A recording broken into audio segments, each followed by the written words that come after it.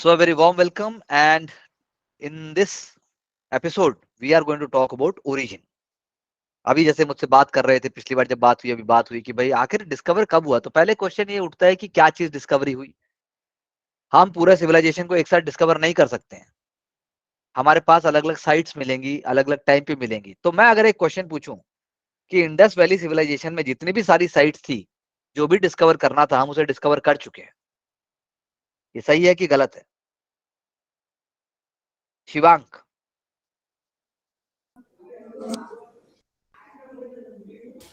Yes sir. या why your video is off? Sir वो एक मिनट ओके, ईयरफोन लगा। हाँ लगा लिए। बताइए, तो इंडस वैली सिविलाइजेशन की अगर मैं सारी साइट्स की बात करूं, that they have been discovered, whatever has to discover they have already been discovered, तो आप लोग क्या बोलते हो, ट्रू की false? False sir. Obviously false, क्योंकि there is always a chance that a new site will be discovered. Okay, I can't hear you mister Shivank, you are speaking to me. whenever you are ready with your that you know newspaper का जो हमें editorial discuss करना था, आप मुझे बता दीजिए और आप फटाफट से डिस्कस कर लीजिए, not a problem. Okay, yes sir, कर लेते हैं डिस्कस। कर लेते हैं। You are ready? वाह, wonderful. So please share the topic with all of us and then please start. आज के न्यूज़पेपर में एडिटोरियल पेज पेज नंबर 8 पे एक आर्टिकल है, tested but tired, this force could be in distress. तो ये आप सब निकाल लीजिए एक बारी। They will open it. You should have from the next time onward you will put it in the group and then already you will say that अभी आप बता दीजिए, कोई बात नहीं। They will open it, page number 8. All of you please open the PDF page number 8. चलिए आगे बताइए। तो ये आर्टिकल कह रहा है कि जैसे 2019 में पुलवामा अटैक हुआ था, तो उसमें क्या हुआ था कि काफ़ी जो पर्सनल्स थे, काफ़ी मतलब सोल्जर्स थे, तो वो मतलब उनको काफ़ी इंजरी हो गई थी, काफ़ी मर गए थे। पर अभी क्या है कि अभी सिचुएशन बेटर हो गई है, पर अभी इतनी भी अच्छी नहीं हुई है कि मतलब काफ़ी इम्प्रूवमेंट हुआ है। पहले से इम्प्रूवमेंट काफ़ी है पर ज़्यादा नहीं हुआ है, और इसके रीजंस ये हैं कि कम लोग सीआरपीएफ और ये बॉर्डर फोर्सेस में जाते हैं, तो इस वजह से काफ़ी प्रेशर पड़ता है उन पे। तो क्यों जाते और हैं कम लोग? कि सर सबको ऐसे मतलब नहीं जा पाता, सबको ऐसे रिस्क लगता है कि क्या करना है जाके, और मतलब आर्म्ड तो फोर्सेस में। आपको आर्म फोर्सेस में जाना सबको रिस्क लगता है? ओके। हम्म, तो सब कैसे ऐसे दूर किया जाए? कंफर्ट वाली में जाना कंफर्ट जोन चाहते में, हैं। कंफर्ट जोन में जाना चाहते हैं। ओके, तो आपका क्या मानना है, इस माइंडसेट को कैसे दूर किया जाए? इस माइंडसेट को हम दूर कर सकते हैं जैसे स्कीम्स लागू करके, कुछ की जैसे एडवांटेज या बाकियों से कुछ ऐसा करके स्कीम्स की लोग अट्रैक्ट हो आर्म्ड फोर्सेस में जाने के लिए। तो क्या कैसे अट्रैक्ट होंगे, वो भी बताइए ना।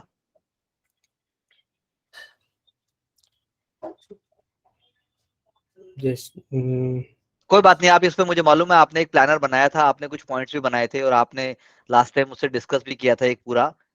तो 8:30 PM तक आप उसको बना के ग्रुप पे डाल दीजिएगा। चलिए आगे बोलिए।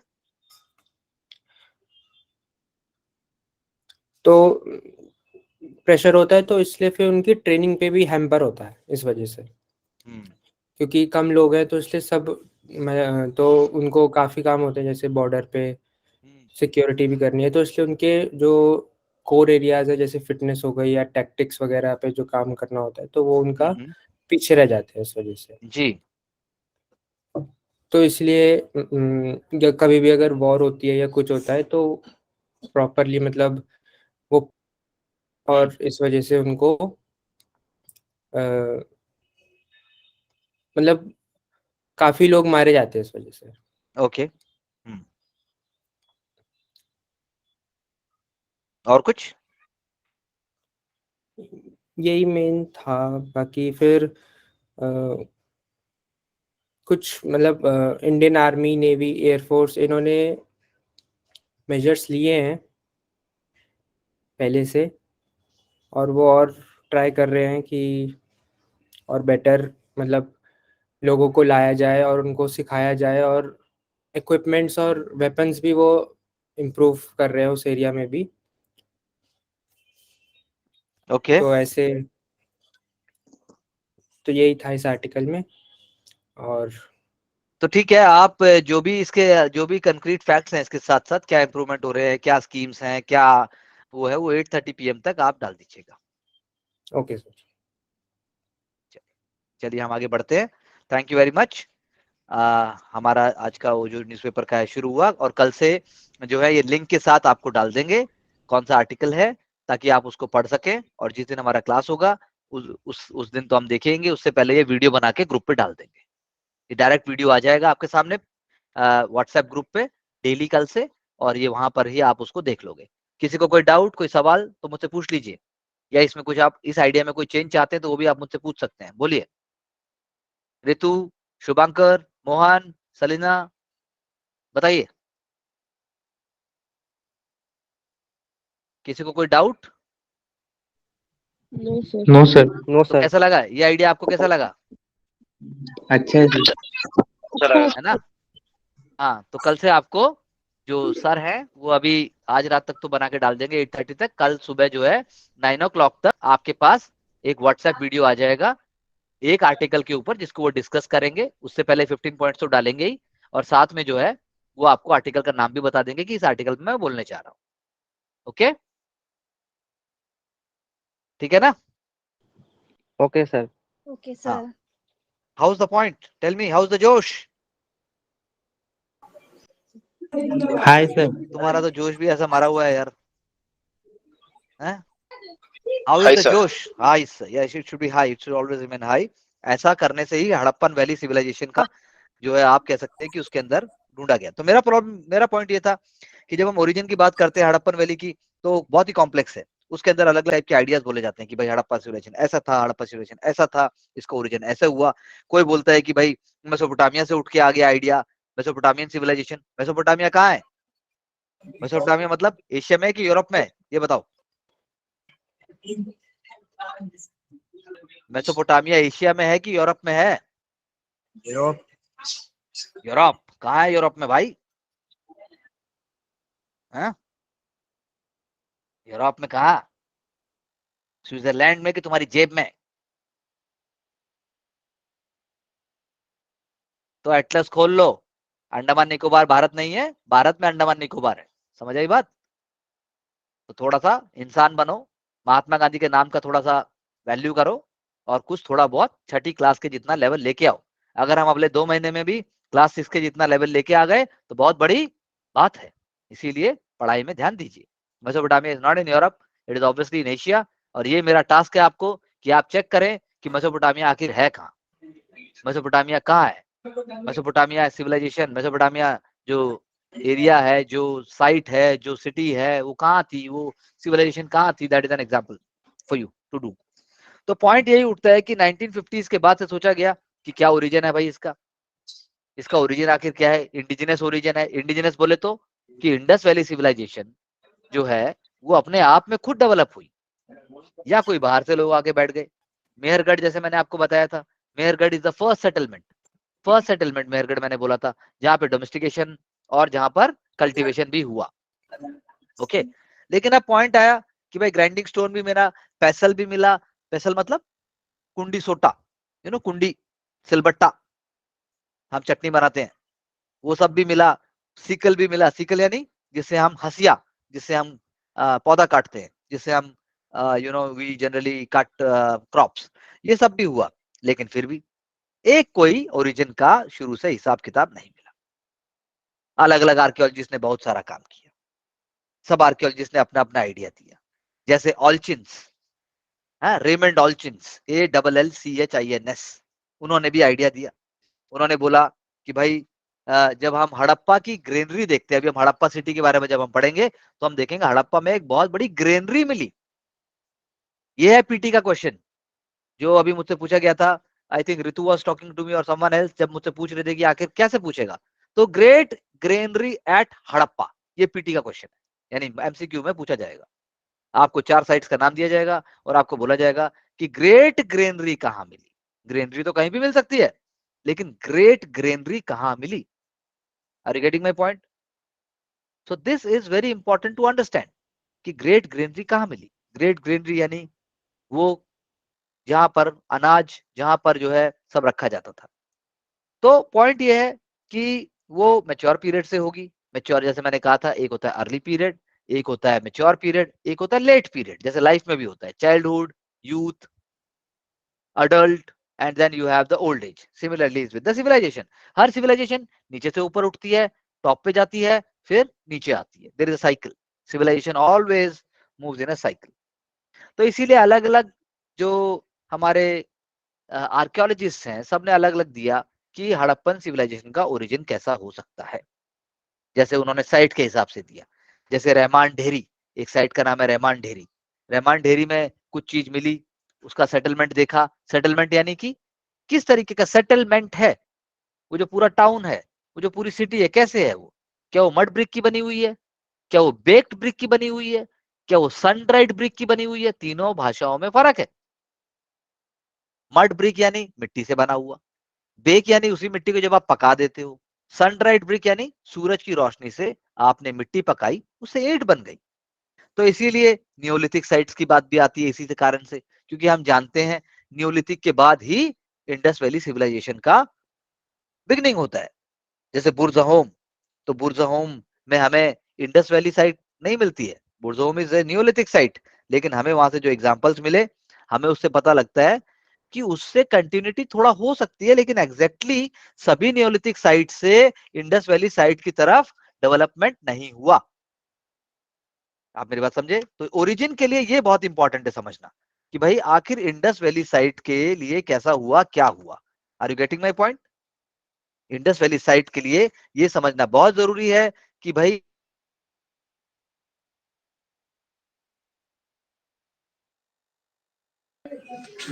Sir you are not audible sir. उसके ओरिजिन के लिए आखिर काम कैसे किया गया, ये बहुत समझना बहुत जरूरी है। इसीलिए जब हम एनसीईआरटी पढ़ते हैं तो वहां पर बेसिकली एक ही पैराग्राफ में वो सारा बता देता है, उसके अलावा वो कुछ आइडिया नहीं देते कि भाई आखिर और डिटेल में क्या हुआ होगा। तो लेकिन हम क्या डिस्कस कर रहे हैं कि नियोलिथिक पीरियड से क्या इंडस वैली साइट का कोई लेना देना है? क्या नियोलिथिक पीरियड के बाद जो भी साइट थे वो सभी इंडस वैली की साइट बन गए? तो ऐसा नहीं है।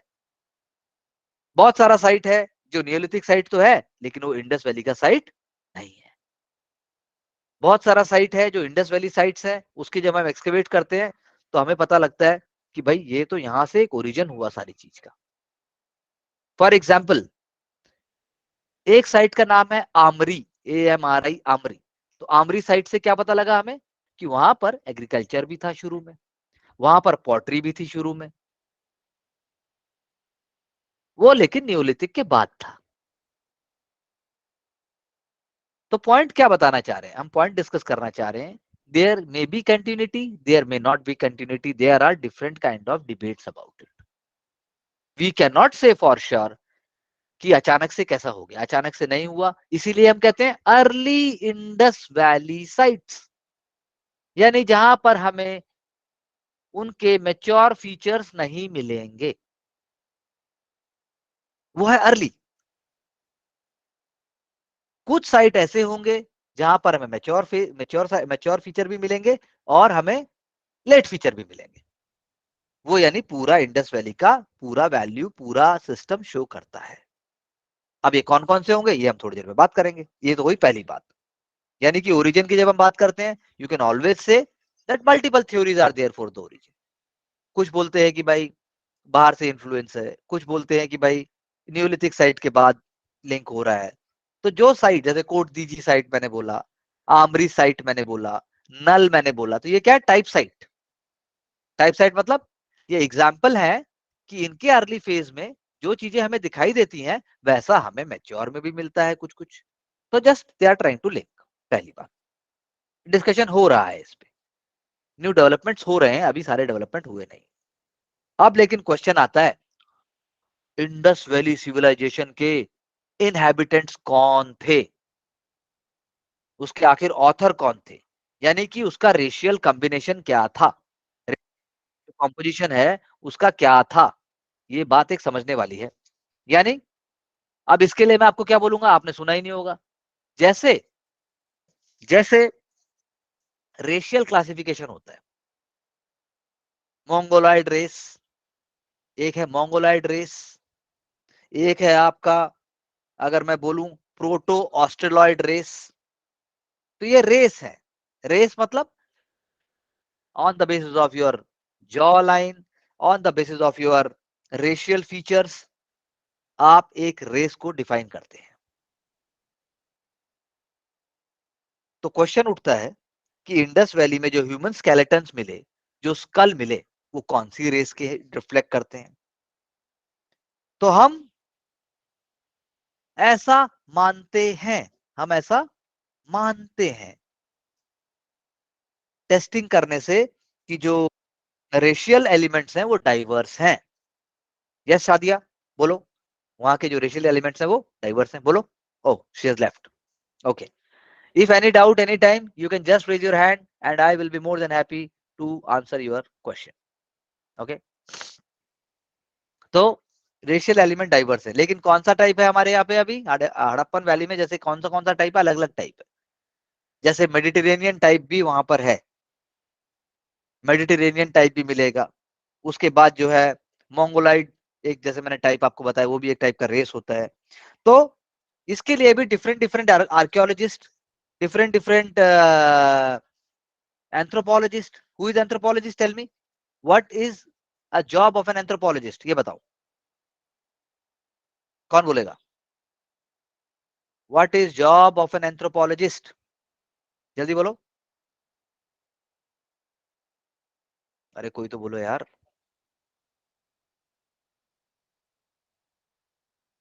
Hello, am I audible to all of you?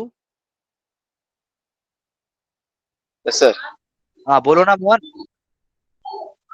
The study about the soul of the human being. Study about the, Soul of the human being.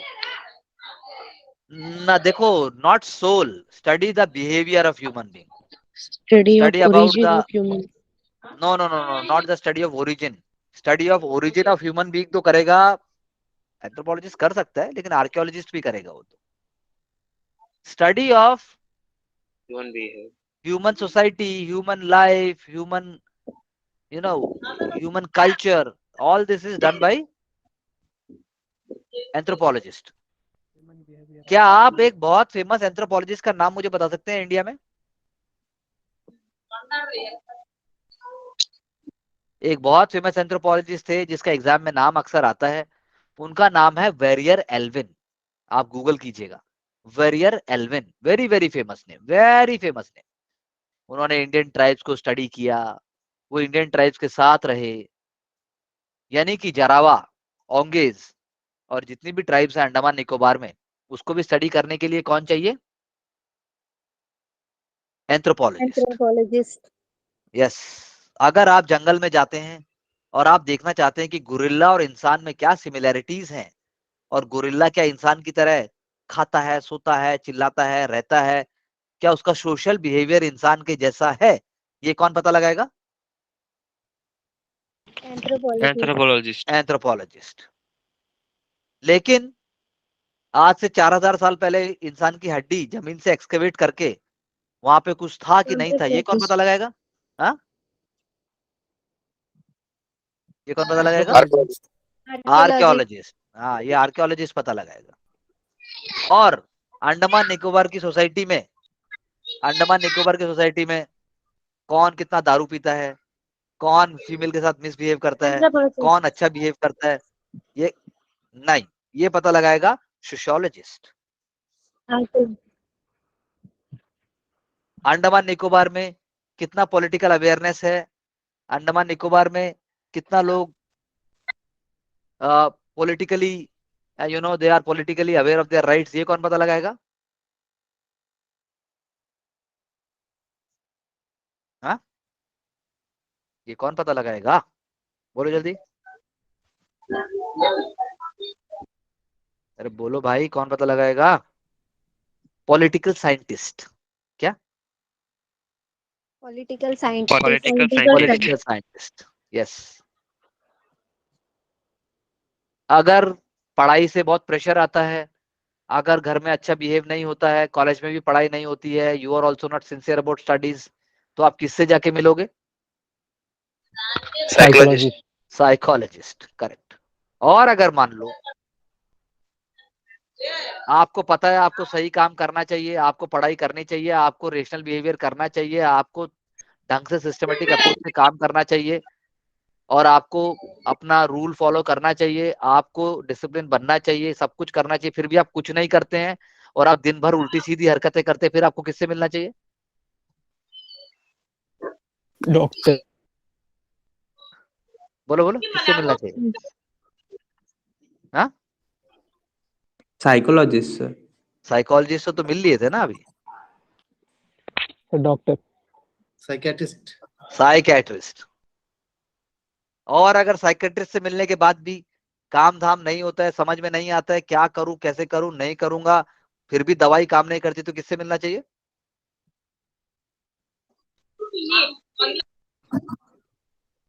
हाँ, डॉक्टर डॉक्टर अरे कितना डॉक्टर डॉक्टर कर रहे हो? डॉक्टर क्या करोगे डॉक्टर को? Sir neurologist. खुद से ट्राई करना चाहिए। हाँ, कोई पंडित बोल रहा है, कोई खुद से ट्राई करना चाहिए। और बोलो। Sir neurologist. न्यूरोलॉजिस्ट से मिलना चाहिए। किसी से नहीं मिलना चाहिए, तुम्हें मुझसे मिलना चाहिए, और तुम्हें 4 थप्पड़ लगने चाहिए साथ में, और जैसा मैंने बोला था तुम्हें उल्टा टांग देना चाहिए, तो काम अपने आप। चाहिए। अबे कितना घूमोगे बे, बचपन से घूम तो रहे हो, कितना घूमोगे? और आज तक सिवाय घूमने के तुमने और मजा मारने के किसी ने कुछ किया है? सच बोलो, सच। नहीं किया सर। नहीं किया, देखा? फिर भी बोल रहे घूमने जाना चाहिए, मतलब अपने अंदर नहीं झांकोगे। मैं यही देख रहा था किस किस के पास जाओगे। कोई बोलेगा दिल्ली आना चाहिए, फिर कोई बोलेगा दिल्ली में मुझे वो करना चाहिए, फिर कोई बोलेगा नहीं नहीं नहीं मुझे ये होना चाहिए, कोई बोलेगा मुझे यहाँ पैदा ही नहीं होना चाहिए था, फिर कोई बोलेगा मेरे पास तो ये नहीं इसलिए मेरा कुछ नहीं होना चाहिए था, इसलिए कुछ नहीं हो सकता है। सिर्फ क्या चाहिए?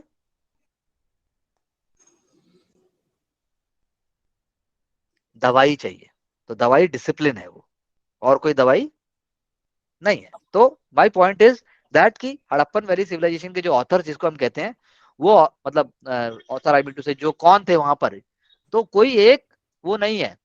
कोई कहता है मेडिटेरेनियन टाइप है, कोई ये भी कहता है कि वहां पर जो है द्रविडियन टाइप की पॉपुलेशन थी। इंडिया में द्रविडियन लैंड, इंडिया में द्रविडियन लैंड किसको कहते हैं? कौन बताएगा? जल्दी बताओ। इंडिया में द्रविडियन लैंड किसको कहते हैं? और कल तक एनसीईआरटी क्लास 6 खत्म कर दो। अब उसके बाद मैं एक बुक अपलोड करूंगा, लूसेंट की जनरल नॉलेज टेक्स्ट बुक, और उस बुक से भी फिर आप पढ़ना शुरू कर दोगे।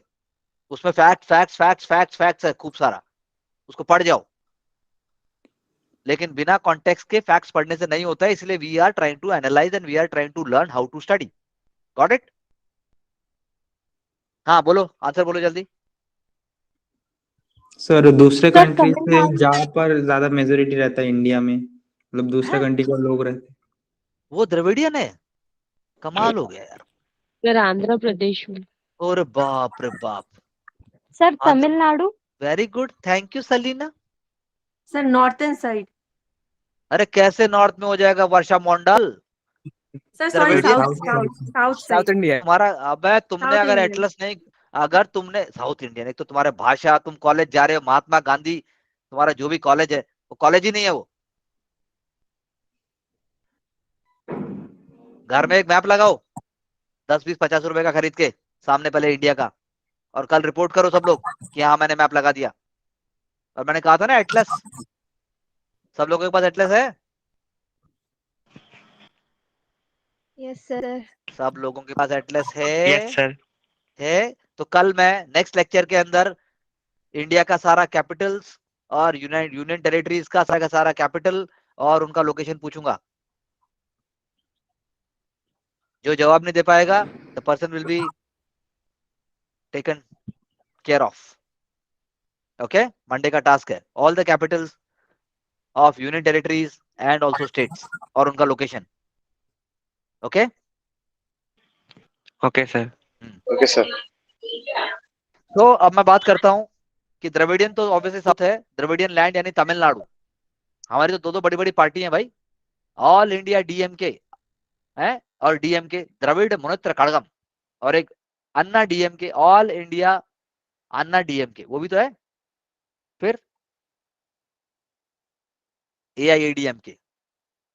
तो पॉइंट इज कोई कुछ कहता है कोई कुछ कहता है, इसीलिए रेशियल क्लासिफिकेशन डाइवर्स है हड़प्पन सिविलाइजेशन का, कोई एक टाइप का नहीं है, ये मैं आपको बताना चाहता हूं। अब हम बात करते हैं हड़प्पन सिटीज की। सबसे पहले हम बात करते हैं हड़प्पा की। हड़प्पा की बात करते हैं 1921 में दयाराम, हाँ बोलो शुभराज, दयाराम साहनी सर ने तो सर तमिलनाडु को द्रविडियन साइट्स क्यों बोलते हैं सर? नाम है द्रविड़, द्रविडियन लैंड उसको इसलिए बोला जाता है क्योंकि उसका एंशिएंट जो कल्चर है संगम लिटरेचर के टाइम से, संगम सुना है किसी ने? संगम एज, संगम संगम लिटरेचर, संगम एज, जैसे मौर्यन एज थी वैसे ही तमिलनाडु पूरा रीजन में एक संगम एज थी। संगम लिटरेचर है, वो अपने आप में एक सोसाइटी थी, वो अपने आप में एक सिविलाइजेशन है, संगम सिविलाइजेशन। जैसे हम हड़प्पन सिविलाइजेशन की बात कर रहे हैं, ऐसी साउथ में क्या था? संगम। हाँ संगम, संगम सिविलाइजेशन। तो वो अपने आप में उसका एक कल्चरल वैल्यू है, अपने आप में उसका एक सोशल वैल्यू है, अपने आप में एक सोसाइटल आइडियाज है। उन सबको मिलाकर हम जब बात करते हैं तो उस सारे एरिया को हम उस सारे के सारे जो एक अलग उसका कैरेक्टरिस्टिक है उसको हम ऐसा कहते हैं। ओके, और तमिल, इसीलिए तमिल भाषा ही अलग है। पहले तमिल ब्राह्मी थी, तमिल ब्राह्मी, अशोका भी ब्राह्मी को यूज करते थे, लेकिन तमिल ब्राह्मी अशोकन ब्राह्मी से डिफरेंट है। Are you getting my answer? Yes sir.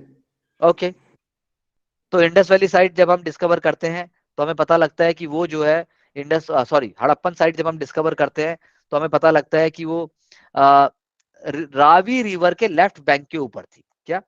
Ravi river के लेफ्ट बैंक के ऊपर थी, और हड़प्पा जो है वो अपने आप में एक माउंट की तरह था।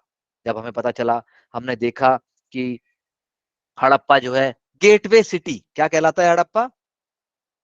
Harappa is the gateway city. जैसे आप फतेहपुर सीकरी देखोगे तो उसका एक बहुत बड़ा गेट है। किसने बनाया था फतेहपुर सीकरी? फतेहपुर सीकरी किसने बनाया था? फतेहपुर सीकरी सुना है किसी ने? Hello, yes Yes, sir. सुने हैं सर। तो बताओ ना फिर, सुना है तो यार।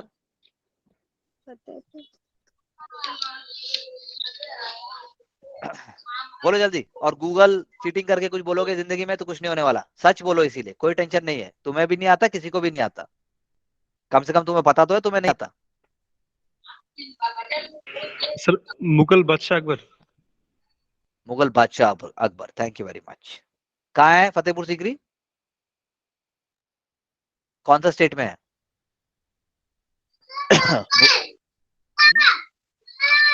फतेहपुर सीकरी कौन सा स्टेट में है? Sir UP. हाँ? Uttar Pradesh sir. Uttar Pradesh, thank you. Uttar Pradesh में है Fatehpur Sikri. It's a world heritage site. I recently visited it. It's a wonderful site. अपने आप में पूरा सिटी है वो, लेकिन सिटी का मतलब कैसा नहीं है जैसा आम सिटी होता है।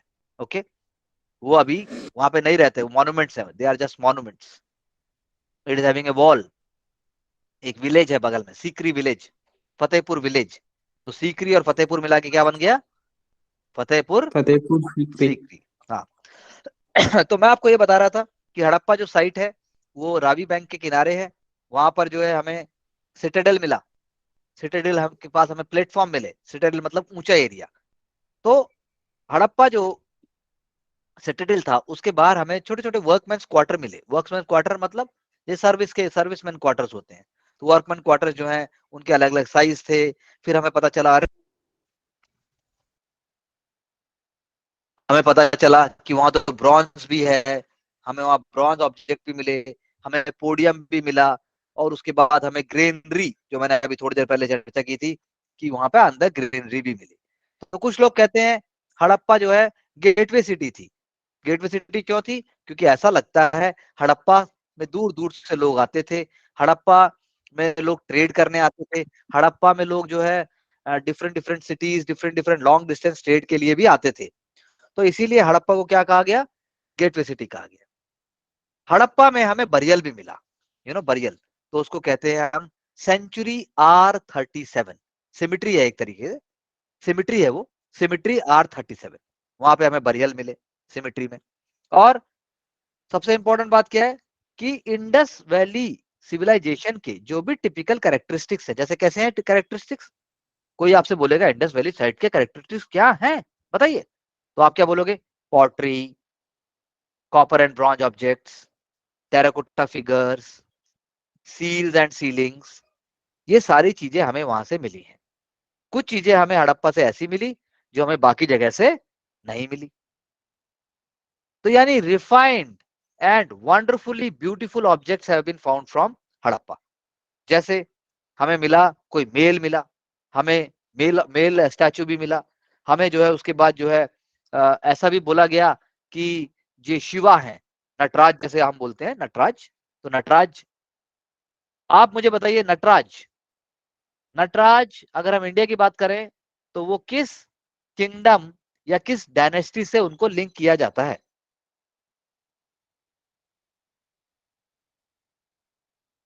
Nataraj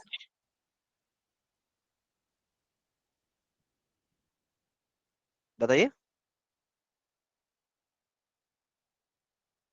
sir Hindu temple. नहीं नहीं, आप किससे लिंक करेंगे? जैसे आपने अभी अकबर बोला था, कोई बोलेगा कोई और kingdom, I am asking a kingdom, कौन सा kingdom? Sir Chola dynasty. Very good, Cholas, yes definitely, the great Cholas. Nataraja जो है, नटराज उन्हीं का ओरिजिन है। वो लोग, पता है आपको नटराज कैसे बनाते थे? एक पहले मोल्ड बनाएंगे, क्ले का मोल्ड बनाएंगे, क्ले का मोल्ड बनाने के बाद उसके अंदर मोल्टन मेटल डालेंगे। जब उसके अंदर मोल्टन मेटल डाल देंगे, मेटल थोड़े टाइम बाद सॉलिडिफाई हो जाएगा, उसको वो कहते थे मधुचिष्ट विधानम। मधुचिष्ट विधानम, MADHU, मधु, CHISTA, विधानम, मधुचिष्ट विधानम, लॉस्ट वैक्स प्रोसेस। क्या? Lost wax process. यस। और कमाल की बात क्या है, we are talking about Indus valley civilisation, तो इंडस वैली के अंदर भी लॉस्ट वैक्स प्रोसेस मिला है। जो वहां पर स्टैचू मिले हैं इंडस वैली में, वो भी लॉस्ट वैक्स प्रोसेस से ही हुए हैं। ओके, तो जैसे अभी आपका हड़प्पा, मैंने बोला हड़प्पा की ग्रीनरी बहुत फेमस है, ऐसे ही जैसे ही हम मोहनजोदारो की बात करते हैं, मोहनजोदारो, मोहनजोदारो कहाँ है? Sindh, Sindh in Punjab, in Pakistan. Okay, not Punjab, I should say Sindh इन पाकिस्तान। तो वहां पर हमें मिला, सबसे फेमस क्या है? Great bath. मोहनजोदारो की सबसे फेमस बिल्डिंग क्या है? Great bath. ग्रेट बात। हाँ, ग्रेट बाथ यानी कि एक पब्लिक बाथ एरिया था, जैसे आज की डेट में स्विमिंग पूल होता है, उसके पास चेंजिंग रूम्स भी थे। तो हम आश्चर्यचकित हो जाते हैं कि आज से इतने साल पहले भी लोगों ने वाटर प्रूफ ग्रेट बाथ कैसा बनाया होगा। उन्होंने चारकोल और बिटुमन का यूज किया, वाटर लीकेज को रोका, उसके अंदर फ्रेश वाटर आता था और वो वाटर टाइट था, उसके अंदर बर्न ब्रिक्स भी यूज किए। ऐसा कैसे कर पाए होंगे? That is so much amazing. आज की डेट में तो हम सोचते भी नहीं है कि टैंक कैसा बन गया, लेकिन आप सोचिए उस समय कैसे बना होगा। और वेल, उसके बगल में क्या मिलता है हमें? एक वेल। हमें पता लगता है कि वेल से उसका जो है लिंक रहा होगा और वेल से ही जो है पानी जाता होगा। ऐसा भी लगता है ये ग्रेट बात जो है, कुछ प्रीस्ट होंगे, प्रीस्टहुड होंगे, वो लोग रहते होंगे, प्रीस्ट वगैरह, कुछ रिचुअल्स होते होंगे, कुछ पूजा होती होगी, उसके लिए भी उसका प्रयोग किया जा सकता है। और कमाल की बात क्या है कि भाई जो वहां पर बगल में पोडियम जैसे बना हुआ है, पोडियम बना हुआ है, तो वहां पर ब्रिक्स को दिखाने के मतलब ऐसा वेंटिलेशन जैसा एरिया भी पूरा बना हुआ है। यानी आप जब विजुलाइज करते हो, हम बिना फोटोग्राफ के विजुलाइज कर रहे हैं ताकि हम ज्यादा फोकस और कंसंट्रेशन से पढ़ें। नहीं तो फोटो दिखाने में मुझे भी कुछ नहीं जाता, मैं 1 सेकंड में फोटो दिखा सकता हूँ, लेकिन आपको याद ही नहीं रहेगा, आपका माइंड एफर्ट ही नहीं डालेगा। तो हमारा वर्किंग पैटर्न क्या है कि अगर आप ध्यान दोगे तो समझ में आएगा, ध्यान नहीं दोगे तो समझ में नहीं आएगा। नहीं आएगा। नहीं आएगा सर। यही होना चाहिए। कोई अगर ये बोलता है कि हाँ कुछ भी करो मत करो समझ में आएगा, तो इसका मतलब कुछ भी समझ में नहीं आएगा। नहीं आएगा। नहीं आएगा। तो फोकस चाहिए। फोकस फोकस के लिए क्या चाहिए? बिलीफ। फोकस है belief, they come together. Focus के लिए क्या चाहिए? Ability to understand instructions. पढ़ना तो कोई और आपकी जगह नहीं पढ़ सकता। कोई ये बोलता है अरे मैंने तो 6 महीने में कर दिया, अरे मैंने तो 1 महीने में कर दिया, that's all nonsense. How that's possible? It take ages to practise the same shot. कोई बोलता है ओवरनाइट सक्सेस कैसे मिली आपको? तो उसने बोला मैंने सेम शॉट को 2 लाख बार प्रैक्टिस किया और मुझे ओवरनाइट सक्सेस मिल गई। कितनी बार प्रैक्टिस किया? 2 बार। 2 बार। 2 लाख कितनी बार बस। प्रैक्टिस? 2 लाख बार प्रैक्टिस किया। आप कोई भी चीज अपनी जिंदगी में सोचिए, आप अपनी जिंदगी में एक चीज सोचिए, पढ़ाई छोड़ दो, अबे खाना बनाना कि दौड़ना कि लिखना कि गाना गाना कि किताब पढ़ना कि मूवी देखना, क्या चीज आपने पूरी ईमानदारी से की है? तो आधे लोग तो बोलेंगे पूरी ईमानदारी से मैंने कुछ भी नहीं किया, क्योंकि मेरा जो मन किया मैंने तब वो कर दिया। तो आपको कुछ समझ में ही नहीं आएगा। इसीलिए हमें जो करना चाहिए पूरी ईमानदारी से करना चाहिए। तो मोहनजोदारो ऐसे ही नहीं बन गया, पूरी ईमानदारी से, पूरे लॉजिक, पूरे साइंटिफिक प्लानिंग से उन्होंने सिटी बनाई। इसीलिए हड़प्पा और मोहनजोदारो की जो सिटी है उनके अंदर स्ट्रीट्स जो है वो ऐसे करके एकदम मेन रोड की तरह हैं। आप देखोगे आप हैरान रह जाओगे, अरे बाप रे वो लोग इतना ज्यादा कैसे सोच सकते थे? Traffic perfect. House was not opening on the main road. House कहां ओपन हो रहा था? बैक लेन में। हर घर के अंदर अपना कुआं था, हर घर में अपना टॉयलेट है, हर घर के अंदर अपना कमरा है, हर घर का जो गंदा पानी है वो नाली में जा रहा है, वो भी ड्रेनेज पिट में। आज भी ऐसा नहीं होता है। हम गंदा पानी हमारा सड़क के ऊपर आ जाता है, ड्रेनेज सिस्टम क्लॉग हो जाते हैं। लेकिन हड़प्पा वैली के जो इनहैबिटेंट्स थे उन्होंने उस समय भी सोक पिट बनाया। क्या बनाया? सोक पिट। यानी थोड़ी थोड़ी देर बाद जब गंदा पानी इकट्ठा होता है तो उसमें जो गंदगी होगी वो सोक पिट में इकट्ठी हो जाएगी, पानी चला जाएगा और सोक पिट को आप साफ कर दोगे। सोचो कितने they are the amazing people. Yes Pallavi? Pallavi, she was asking something. No, Any sir. doubts? No, sir. You were raising your hand. By mistakenly, sir. Okay, no problem. So Harappan civilisation is an example. अभी आप जब NCERT पढ़ोगे class 6 का और नई वाली NCERT पढ़ोगे तो आपको मजा आ जाएगा, आपको समझ में आ जाएगा यार ये क्या बोला। Much more advance than the modern cities. हर घर में टॉयलेट। हम तो स्वच्छ भारत अभियान में टॉयलेट लगा रहे हैं। आप सोचिए हम कितने एडवांस थे पहले।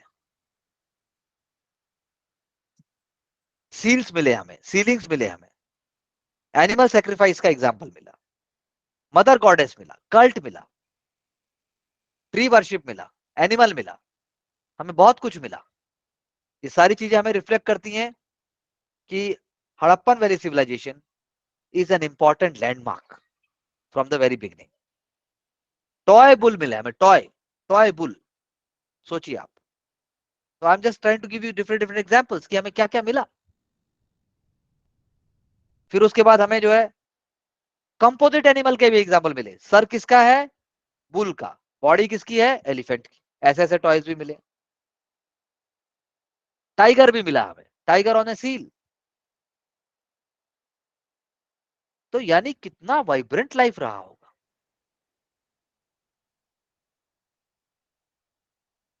मंकी मिला है हमें, टेराकोटा मंकी। इंडियन राइनोसोरस भी मिला है। तो ऐसे ही आता है एग्जाम के अंदर, क्या वहां पे ये था? अब हम देखने तो जा नहीं सकते हैं, हमें सील से पता लगेगा। अगर वो सील वहां पर एक्सकवेशन हुआ और सील मिला, सील यानी कि जैसे आज कॉइन होता है वैसे सील होता है।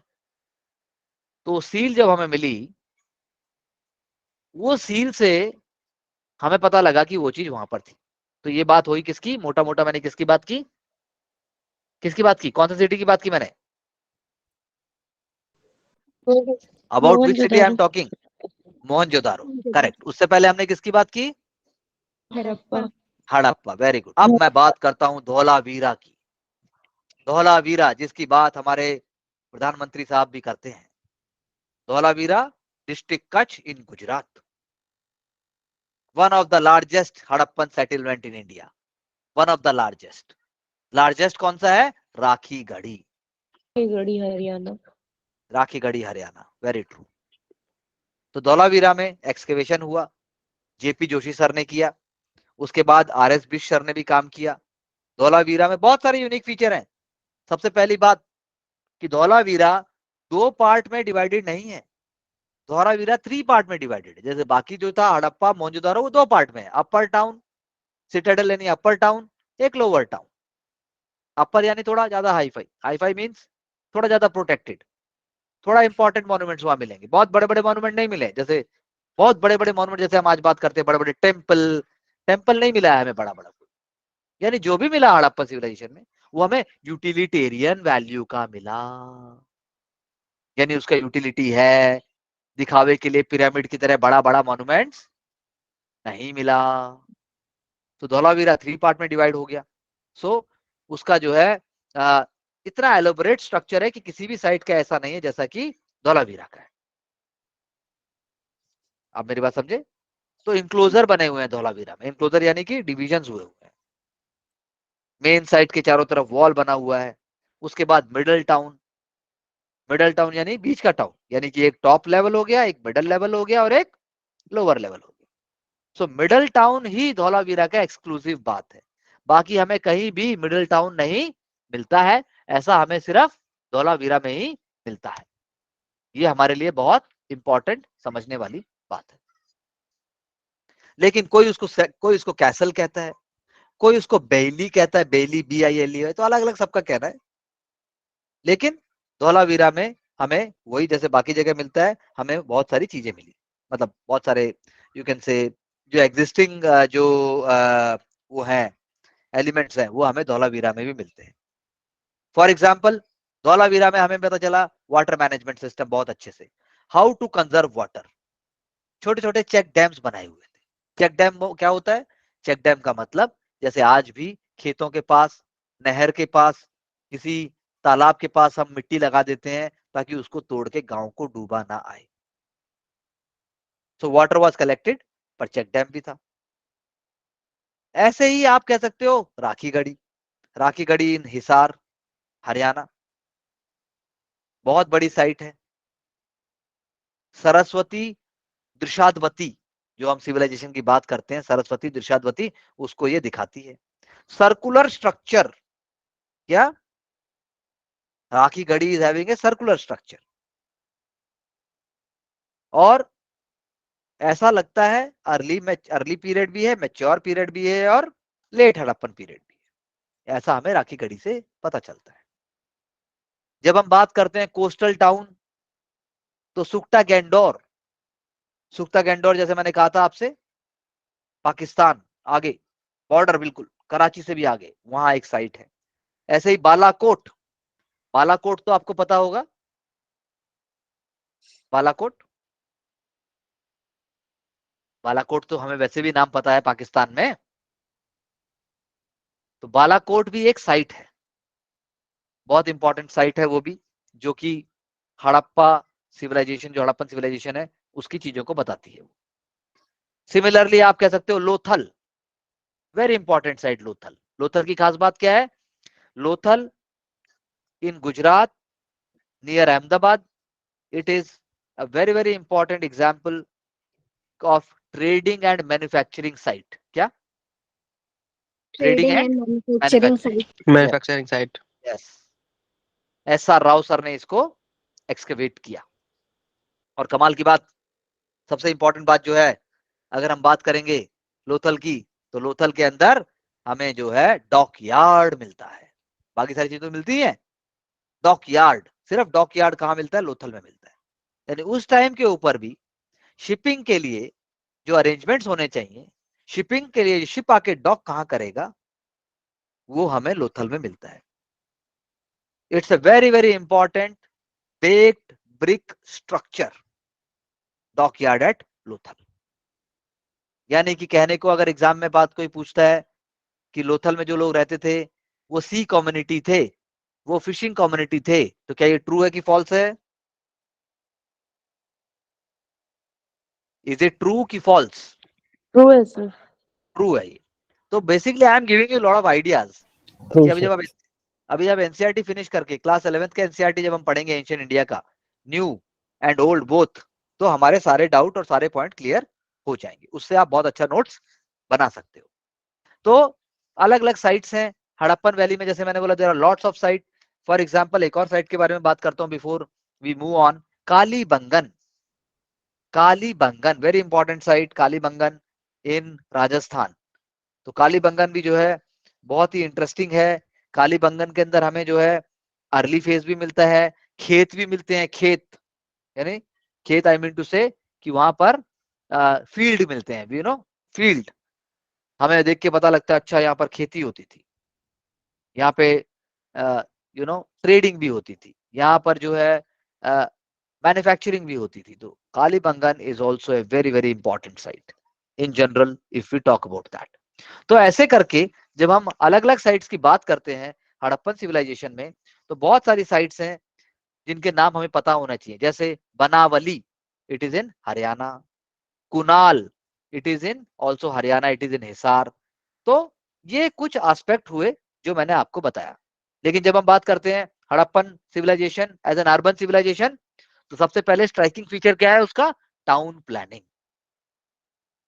Most striking feature of Harappan civilisation is town planning. मैंने आपको ऑलरेडी एग्जांपल दिया। पब्लिक बिल्डिंग्स, हाउसेस, स्ट्रीट्स, सबका एक प्रॉपर लॉजिक, एक प्रॉपर सिस्टम था। सभी घरों का एक प्रॉपर सिस्टमेटिक अप्रोच था। ये नहीं है किसी का घर बड़ा हो गया, किसी का घर छोटा हो गया, किसी का घर सड़क के ऊपर आ गया, किसी ने इंक्रोचमेंट कर दिया। आज की डेट में इंक्रोचमेंट होता है ना बाजार में। आप मार्केट जाते हो, किसी ने रेडी लगाया है, किसी ने सामान बाहर रख दिया, पब्लिक को फुटपाथ पे चलने की जगह ही नहीं है।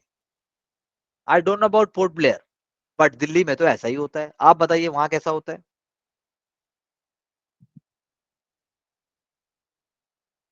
बताइए बताइए, आपके यहाँ पर क्या डिसिप्लिन है? अर्बनाइजेशन का एक प्रॉपर डेवलपमेंट है? नहीं सर, नहीं है सर, यहाँ पर भी एंक्रोचमेंट होता है सर। इंक्रोचमेंट होता है, देखो फिर। और हम कह रहे हैं हड़प्पन वैली सिविलाइजेशन में अर्बनाइजेशन के जो फीचर्स हैं, town planning is one of the most important feature, और वहां पर इंक्रोचमेंट नहीं होता था। तो दूसरा फीचर क्या है? Drainage system. ये भी मैंने आपको बताया, जैसे टाउन प्लानिंग है वैसे ही ड्रेनेज है। कोर्टयार्ड से पानी जाने का रास्ता होगा, प्रॉपर नाली बनी हुई होगी, प्रॉपर ड्रेनेज होगा। तीसरा क्या है? तीसरा मोस्ट इंपॉर्टेंट थिंग है, अगर मैं कहूंगा ड्रेनेज हो गया और हमारा टाउन प्लानिंग भी हो गया, streets. Streets is one of the feature. जैसे हमने कल पूछा था कि आखिर सिविलाइजेशन क्यों कहते हैं, तो सिविलाइजेशन इसीलिए कहते हैं, ड्रेनेज सिस्टम है, टाउन प्लानिंग है, स्ट्रीट्स हैं, bricks. Bricks are of standard size. जब मेच्योर फेज है 1:2:4, that is a size, standard size. Exam में क्वेश्चन आ जाता है कि हड़प्पन वैली में जो ब्रिक्स हैं उसका साइज क्या था। फिर उसके बाद बिल्डिंग्स मिलती हैं हमें, जैसे मैंने आपको एग्जांपल दिया ग्रेनरी, ग्रेट बाथ, ये सारे के सारे क्या हैं? Examples of public buildings. तो कहने का मतलब है ये सारे features, kitchen, bathroom, assembly hall, store house, ये सब जगह है। ये सारी चीजें हमें दिखाती है कि Harappa was a very very advance civilization. हमें हाउस होल्ड आर्टिकल मिलते हैं, जो आपके घर में भी किचन में, वो सारे आर्टिकल हमें वहां मिलते हैं। नाइफ भी मिलेगा, जार भी मिलेगा, हुक भी मिलेगा, चीजल भी मिलेगा, एक्स भी मिलेगा। टेक्नोलॉजी एंड क्राफ्ट्स में बैंगल भी मिलेंगे, नेकलेस भी मिलेगा, सब कुछ मिलेगा। तो क्वेश्चन है क्या नहीं मिलेगा? आयरन नहीं मिलेगा। गोल्ड मिलेगा? गोल्ड मिलेगा। कॉटन मिलेगा? कॉटन मिलेगा। ब्रॉन्ज स्कल्पचर्स मिलेंगे? ब्रॉन्ज स्कल्पचर्स भी मिलेंगे। Are you getting my point? Bronze sculpture भी मिलेंगे। ये एक बहुत ही इंपॉर्टेंट बात है। गॉड मतलब गोल्ड के ऑब्जेक्ट्स मिल रहे हैं हमें, कॉपर के ऑब्जेक्ट्स मिल रहे हैं, बहुत fine, very well polished. Lead, arsenic, antimony, bismuth, nickel, bismuth तो I am not sure, I can't recall correctly, but nickel, ये सारी चीजों के वहां पे हमें ऑब्जेक्ट्स मिले। कमाल हो गया ना उस टाइम पर भी। तो कैसे इंटरेस्ट नहीं आएगा, कैसे एग्जाम क्वेश्चन नहीं पूछेगा? पॉटरी मिलेगी? मिलेगी। व्हील पॉटरी, व्हील, कुम्हार का जो जो चक्र होता है, वो जो पहिया होता है, उस पर जो पॉटरी बनाता है, क्या वो मिलेगा? मिलेगा। तो यानी कि कॉमन सेंस और लॉजिक से आप सोचोगे और चैप्टर्स को एनसीईआरटी के ध्यान से पढ़ोगे तो आप देखोगे कि यार बहुत कुछ वहां पर ऐसा हो रहा है जो आज की लाइफ में भी इंपॉर्टेंट है। तो एग्जामिनेशन आपसे फिर पढ़ने वाले क्वेश्चन इसीलिए पूछता है, यू नो। जैसे सेमी प्रीशियस स्टोन है, स्टीएटाइट मिलेगा, जगह जगह से आपका ट्रेडिंग होगी, अलग अलग जगह से एलिमेंट्स आएंगे। क्या सारी चीजें क्या हड़प्पा में थी? नहीं थी। क्या ट्रेडिंग होती थी? हाँ जी होती थी। जगह जगह कॉपर आहार से आ सकता है? आ सकता है। तो आपको ऐसे करके एक अपना नोट्स बनाना पड़ेगा कि कौन सी चीज कहां से आई, बस उसको रट लिया, हो गया खत्म। लेकिन सिर्फ बिना समझे रटेंगे तो काम नहीं होने वाला। तो स्टोन बैंगल्स भी मिलेंगे। तो this is what we can say, stone भी था, कॉपर भी था, ब्रॉन्ज भी था, स्पिनिंग वीविंग भी थी, टेक्सटाइल भी थी, साइंटिफिक नॉलेज थी, हाँ थी भाई, वरना वो इतना बड़ा जो लोथल में हमने पोर्ट बताया कैसे बनाते, वो इतनी बड़ा बड़ा ग्रेट बात कैसे बनाते, साइंटिफिक नॉलेज थी। क्या उनको आर्ट आता था? आर्ट आता था भाई। क्या स्टोन स्कल्पचर्स मिले हैं? भाई मिले हैं, बहुत सारे स्टोन स्कल्पचर्स मिले हैं। ब्रॉन्ज फिगर्स मिले हैं? हाँ ब्रॉन्ज फिगर्स भी मिले हैं। तो this is the beauty of the Indus valley civilization. Seals मिली। सील में सबसे ज्यादा एनिमल कौन सा है? यूनिकॉर्न। मैं आपको थोड़े टाइम बाद I will suggest you to watch another video of mine जहां पर हम क्वेश्चन सॉल्व करेंगे। अभी हम क्वेश्चन सॉल्व नहीं कर रहे हैं, अभी हम सिर्फ पढ़ रहे हैं, समझ रहे हैं। अभी मैं आपको जो क्लास ए थीम है, एंशिएंट इंडिया थीम है न्यू एनसीईआरटी में, वो भी हमें कवर करना है। उसके बाद आपके आइडियाज बिल्कुल क्लियर हो जाएंगे। क्या लोग चेस खेलते थे? यस चेस खेलते थे। Chess is discovered in Indus valley civilization. Chess. क्या वहां पर रागी थी? रागी बिल्कुल था। बाजरा था? बिल्कुल था। लेग्यूम्स, जिसको हम लेग्यूम कहते हैं, लेंटिल्स, चिकपी, मिलेट्स, क्या वो सब था? हाँ वो सब भी था। तो आपको धीरे धीरे देखना है क्या था, फिर आपको देखना है क्या नहीं था। जैसे पशुपति सील, पशुपति सील बहुत इंपॉर्टेंट सील है। पशुपति, उसके ऊपर ऐसे करके एक योगिक पोस्चर में आदमी बैठा हुआ है, पशुपति सील बोलते हैं उसको। प्रोटो शिवा भी बोलते हैं, शिवा का आदि रूप। उसमें क्या है? एक तरफ एलिफेंट है, टाइगर है, राइनोसोरस है, बफेलो है। 4 एनिमल दिखा रहे हैं दोनों side, tiger, elephant, rhinoceros, buffalo. और नीचे क्या है? नीचे जो है उसके ऐसा लग रहा है, नीचे जो है कोई गोट या कोई हिरन का जैसा कुछ उसका खाल रखा हुआ है। That was amazing, amazing. Our civilization is so ancient and so proud, it is so amazing, we must know about it. तो इंडस वैली में सिविलाइजेशन में जो भी एनिमल्स मिलते हैं, अगर वो सील के ऊपर है तो हमें पता लगता है कि हाँ है। जैसे आप सब लोगों ने बचपन में स्टोरी पढ़ी होगी, कनिंग फॉक्स, चतुर लोमड़ी। पढ़ा है चतुर लोमड़ी का कहानी? प्यासा कौवा, प्यासा कौवा तो बड़ा है। थर्स्टी क्रो, अब ये मत बोलना थर्स्टी क्रो भी नहीं पढ़ा। हाँ सर पढ़े हैं सर। तो सर पढ़े पढ़े हैं, हैं सर। तो पढ़े तो इंडस वैली में भी है वो, उसको इंडस वैली में भी दिखाया गया है। मदर गॉडेस, मदर गॉडेस यानी एक मूर्ति, एक टाइप का मूर्ति, बहुत सारा मूर्ति होगा लेकिन मैं एक एग्जांपल बोल रहा हूँ, जिसमें माँ को, धरती माँ को या किसी को मदर माना गया है, नारी शक्ति की पूजा की गई है, मदर गॉडेस। लेकिन क्या वहां पर मूर्ति पूजा होती थी? हम नहीं कह सकते। आइडियल वर्शिप नहीं है, लेकिन मदर गॉडेस मिला है। नेचर वर्शिप है, नेचर वर्शिप है। पीपल वर्शिप है, पीपल वर्शिप है। पीपल माने इंसान नहीं, पीपल का पेड़। कमाल हो गया यार, इतना साल पहले। और ये मेरा आइडिया नहीं है, these are all have been archaeologically proved. People worship हो रहा है, हंटिंग एंड डांसिंग हो रही है, फिशिंग हो रहा है, म्यूजिक के बारे में भी उनको आइडिया था। जैसा मैंने आपको बताया, चेस भी था, सिंगिंग बर्ड्स केज में रखे जाते थे, उनसे भी लोग वो करते थे, टाइम पास करते थे। टॉयज थे, और क्या चाहिए एक बड़ी सिविलाइजेशन के लिए? उनके पास इक्विपमेंट्स भी थे, टूल्स भी थे, वेपन्स भी थे। लेकिन क्या बहुत बहुत खतरनाक लड़ाई के वेपन्स थे? नहीं, वो हमें नहीं मिले। यानी लोग बड़े ही कंस्ट्रक्टिव और क्रिएटिव थे। वहां पे वेट्स मिले हैं, डेसिमल सिस्टम का एग्जांपल मिला है, स्केल मिला है, स्केल,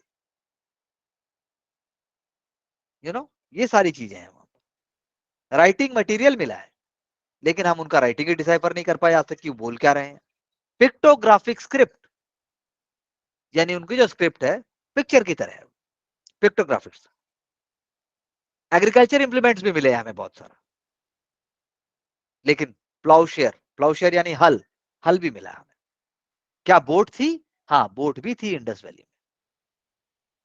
तो ये सारी बातें जब हम सोचते हैं तो हमें लगता है यार, कौन रूल करता था? राजा था का कौन था? राजा था कि डेमोक्रेसी थी कि मोनार्की थी? ये हमें नहीं पता चलता। मोड ऑफ गवर्नमेंट हमें एग्जैक्टली पता नहीं चलता है। हमें ऐसा लगता है कि कोई भी दो बड़ी बड़ी सिटी, 10 20 50 सिटी, अगर सबका सिस्टम एक जैसा है तो ऐसा लगता है कि उनका कोई सेंट्रलाइज एडमिनिस्ट्रेटिव सिस्टम होगा। Do you agree with me? Yes sir. उनका यस कोई सर। सेंट्रलाइज एडमिनिस्ट्रेटिव सिस्टम होना चाहिए, वरना एक जैसा स्ट्रीट, एक जैसा डिजाइन तो बन ही नहीं सकता। तो यानी कि हो सकता है जो अलग अलग छोटे छोटे सिटीज है सबका एक एक चीफ होगा। हो सकता है जो दो बड़ी सिटीज हैं वो मेन सिटी होंगी, वहां से मेन एडमिनिस्ट्रेशन नीचे सजेशन देता होगा। तो कुछ भी हो सकता है ऐसा। क्राफ्ट प्रोडक्शन को वो लोग बहुत फोकस करते थे। सील्स जो थे वो कॉइन की तरह यूज होते थे।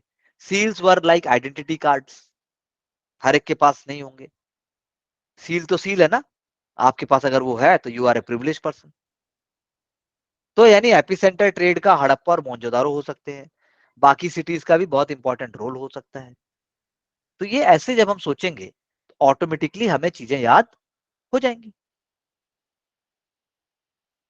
तो इसके अलावा जब हम बात करते हैं रिलीजियस लाइफ की, जब हम बात करते हैं मदर गॉडेस की, और जब हम बात करते हैं बाकी चीजों की, वो डिटेल्स हम नेक्स्ट लेक्चर में बात करेंगे।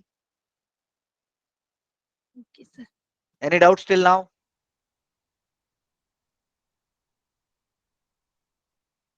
Any doubt? अभी जो हमने किया आपको समझ में आया? Yes please. सर वो टाइम कौन सा लैंग्वेज में बात करते थे सर? हाँ, ये मुझे कैसे पता चलेगा? जब तक उनका लिखाई वाला समझ नहीं आएगा हमें कैसे मालूम होगा वो कौन सा भाषा बोलते थे? Good question. Yes sir. तो हमें नहीं मालूम। उनका स्क्रिप्ट जब डिसाइफर होगा, इसीलिए हड़प्पा सिविलाइजेशन क्या है? Proto history. Yes sir. क्योंकि राइटिंग तो है लेकिन हमें पता ही नहीं है क्या लिख रहे थे। अभी मैं तो हिंदी बोल रहा हूँ, इंग्लिश बोल रहा हूँ, और आप लोग अगर कोई लैंग्वेज सिखाएंगे तो वही बोल देंगे। और कोई डाउट, कोई सवाल?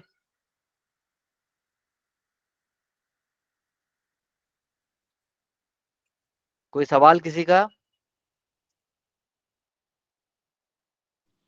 सो सर ये हाँ, नियोलिथिक पीरियड क्या होता है सर? नियो मतलब नया, लिथिक माने स्टोन। जब आप पुराना लेक्चर देखेंगे तो आप देखेंगे पैलेलिथिक, मेसोलिथिक, न्यूलिथिक एक सिस्टमेटिक अप्रोच से लाइफ चेंज होती चली गई। तो हमने उस फेज को न्यूलिथिक फेज बोला, ताकि बाकी फेज से उसको हम डिस्टिंग्विश कर सकें।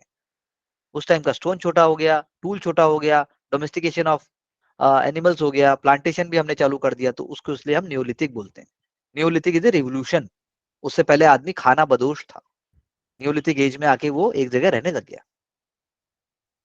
और जिंदगी में पूरा परिवर्तन आ गया, सेडेंटरी लाइफ चालू हो गई। क्या? Sedentary life.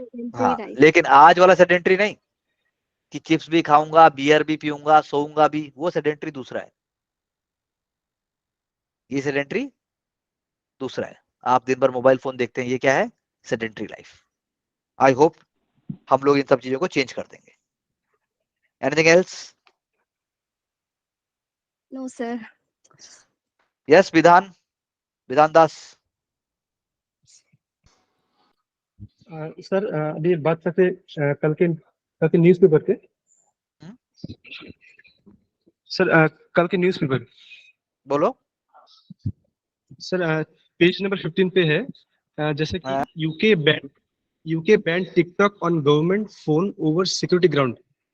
Okay, very good. हाँ सर इसमें लिखा है कि जैसा ब्रिटेन और यूएस इन दो हाँ। कंट्री ने क्या किया, दोनों कंट्री ने अपना कंट्री से चाइना का जो हाँ टिकटॉक ऐप है उसको हाँ बैन कर दिया। हाँ, बिल्कुल बैन कर दिया, ठीक बात है। जी सर इसने स्पेशली बंद किया कि जो वहाँ के सिविल सर्वेंट है, जो वहाँ के पॉलिटिशियंस है, स्पेशली उन लोग को इंडिकेट किया है। तो सर मेरा क्वेश्चन ये है कि उन लोग का जो लिबर्टी है, यहाँ पे उन लोग का जो खुद का जो पर्सनल लाइफ है, तो उन लोग का पर्सनल लाइफ के ऊपर बात नहीं आ जाता कि जैसा कि अभी किनकी लाइफ के ऊपर? सर जैसे कि कोई भी सिविल सर्वेंट फॉर एग्जांपल, ठीक है, हाँ जैसे सिविल सर्वेंट दिन में 8 घंटा काम करते हैं, तो हाँ काम करने के बाद उनका बेटा होगा, बेटी होगा, कुछ भी होगा, उन लोग तो अपना मतलब अपना जो लाइफ का जो ओन चॉइस है वो उस बिल्कुल सही बात है। अब मैं आपको आंसर तो- बताता हूँ, समझ गया। पहली बात तो सिविल सर्वेंट 8 घंटे काम नहीं करता, बहुत सारे सिविल सर्वेंट 24 घंटा भी काम करते हैं, पहला बात। दूसरा बात, अगर टिकटॉक बैन किया तो ऑब्वियसली उनका पर्सनल चॉइस को छीन लिया गया है अमेरिका और ब्रिटेन में, ये बात बिल्कुल सही है। लेकिन हमारा पर्सनल चॉइस से ज्यादा इंपॉर्टेंट है सिक्योरिटी, स्ट्रेटेजिक, बहुत सारा चीज इंपॉर्टेंट होता है। अगर वो चाइना का जो ऐप है वो एंटरटेनमेंट को प्रमोट करके वहां पे डेटा इकट्ठा कर रहा है और वहां से स्ट्रेटेजिक चीजों को वो स्पाई कर रहा है, तो वो ज्यादा इंपॉर्टेंट हुआ कि टिकटॉक का मैं टाइम पास करने के लिए जो डांस, म्यूजिक और ड्रामा देख रहा हूँ वो ज्यादा इंपॉर्टेंट हुआ। That is what is the choice. So America and Britain ने, या कोई भी कंट्री, डेमोक्रेसी भी किस चीज को वैल्यू देगा, किस चीज को वैल्यू नहीं देगा, ये एक देश के आगे बढ़ने का लक्षण होता है। जैसे पाकिस्तान है, वो टेररिज्म को प्रमोट करता है और सोचता है कि भाई मैं एक डेवलप नेशन बन जाऊंगा आज से 200 साल बाद भी, वो कभी नहीं बनेगा। वैसे ही है जैसे आप पढ़ाई नहीं करोगे और आप सोचोगे कांस्टेबल तो मुझे बनना नहीं है, आईएएस तो मैं बनूंगा ही, मतलब आपकी सोच में कांस्टेबल छोटा है और आईएएस की आपकी औकात नहीं है, दोनों चीज हाथ में नहीं आएंगी, बात ही खत्म। Constable is the most important element of the police system. Constable नहीं होगा, पुलिस सिस्टम कोलैप्स हो जाएगा, बात ही खत्म। लेकिन सर देखिए यहाँ पे और एक बात है, जैसे हाँ, कि बताइए। हर कंट्री में अपना अपना जो सिक्योरिटी होता है बहुत स्ट्रांग होता है, वहाँ पे हाईली एजुकेटेड हाँ, पर्सन होते हैं। सर यहाँ पे तो और एक चीज भी हो सकता है, और एक चीज हो कहाँ सकता पे, है जैसे कि कहाँ पर हो सकता है? इंडिया में सर कि यूके में? नहीं सर, अभी जियो पॉलिटिक्स में जैसे कि जियो अभी पॉलिटिक्स, चाइना, गुड। हाँ, सर जैसे कि चाइना भी राइज करना चाह रहा है। कंट्री उसका इकोनॉमी बहुत स्ट्रांग है। तो उसका अभी हाँ, तो अभी फिलहाल अभी यूएस क्या चाहता है कि नंबर 1 पे हमें अकेले रहेगा, भाई किसी को आगे जाने देगा। बिल्कुल सही बोला आपने। लेकिन भाई मुझे आप ये सर बताइए ना कि, एक मिनट, मैं आपके आंसर का जवाब, क्वेश्चन का जवाब दे देता हूँ बिना, मैं समझ गया।